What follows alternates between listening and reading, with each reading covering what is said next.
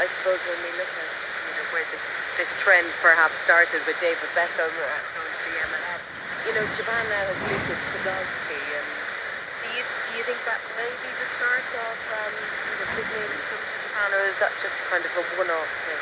Yeah, the Japanese clubs are not going to be signing anyone from Europe who's, mid to late 20s playing national team football. They're not going to be able to get anyone like that because they were going to China maybe a decade ago. They were going to go to the Middle East, but even there now they're struggling to be able to compete with the money on offer in China. I think, to be honest, the J League had that spell. Before it started with Beckham, I'd kind of argue that J League was maybe one of the first. We had the NASL long way back, had Pele and Boston, but the J League when it launched, they brought in some very big players.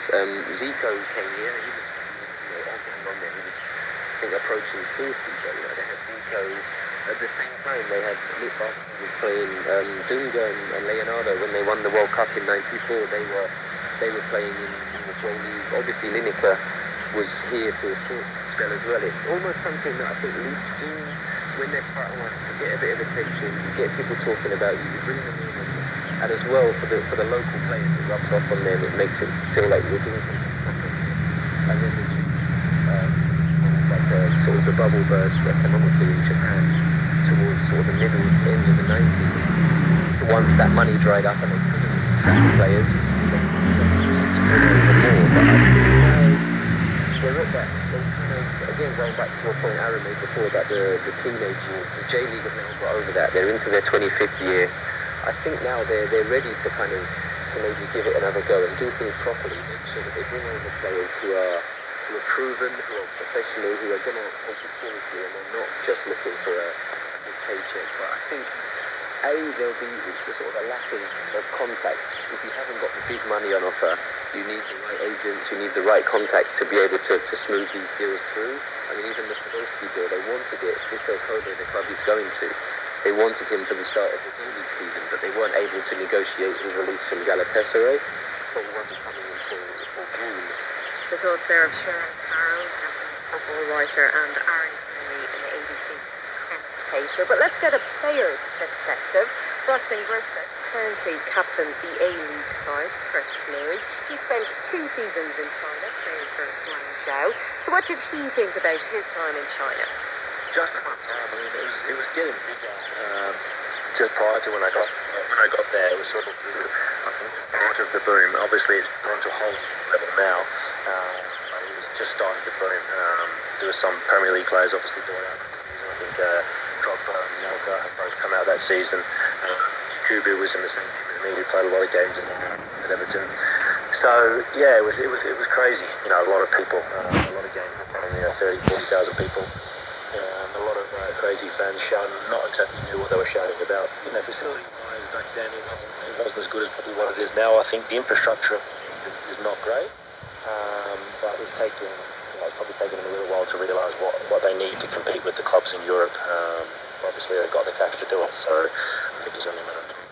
So why did you come back to the A-League then? Well, really, I only had a 2-year contract with an option of a third, and at the time, I sort of had enough of it. Wherever it is, it can sometimes be quite draining. Obviously you can't speak the language, and it's a very different culturally to what you expect. Sort of what I would say the Western world. So over a period of time, you can, it's sustainable, but then it got a little bit draining on me, and I sort of wanted a bit of a change. And so I came back to Australia again, and just more to enjoy football and enjoy life. In terms of the A-League now in Australia, how are you finding it standard-wise and management and infrastructure, and I suppose support for young players coming through? Yeah, well, I think one thing we haven't got compared to obviously the other countries, and like you see in the big clubs in Europe, we haven't got the finances that they've got over there. So I think quite a bit probably needs improvement. There's probably 50% of the A-League clubs now who've got the same facility standard as what you expect over in Europe. That's something that needs to improve. Stadium-wise, we've got pretty good stadiums. We stadium share with the rugby league teams, so they're pretty good. When they're not playing on them, we're playing on them. The standard of that's pretty good. But the level of football grows every year. I think we seem to be getting more and more quality. we're only allowed 5 in the league, but they seem to be really doing their research now. I think when the league first started, it was quite easy to get to Australia, and now it's a lot more difficult to pay more attention on the foreigners they bring over, and therefore the standard of the A-League has improved. Obviously, the league's only really 10 years old, so they put their preferences into making the league sustainable, and it's probably in the last couple of years clubs have really started to look at how their academies can improve and start putting money into that. Do you think the danger that other leagues in Asia will get overshadowed by the money and the hype and all the big names that are being brought into China? Yeah, absolutely. I mean, the Korean league is being well regarded as one of the best leagues in Asia, and it still is, but obviously they're not able to compete properly now with that of the Chinese Super League, so players will probably choose to go to China over going to Korea, where potentially the football standard is a bit higher.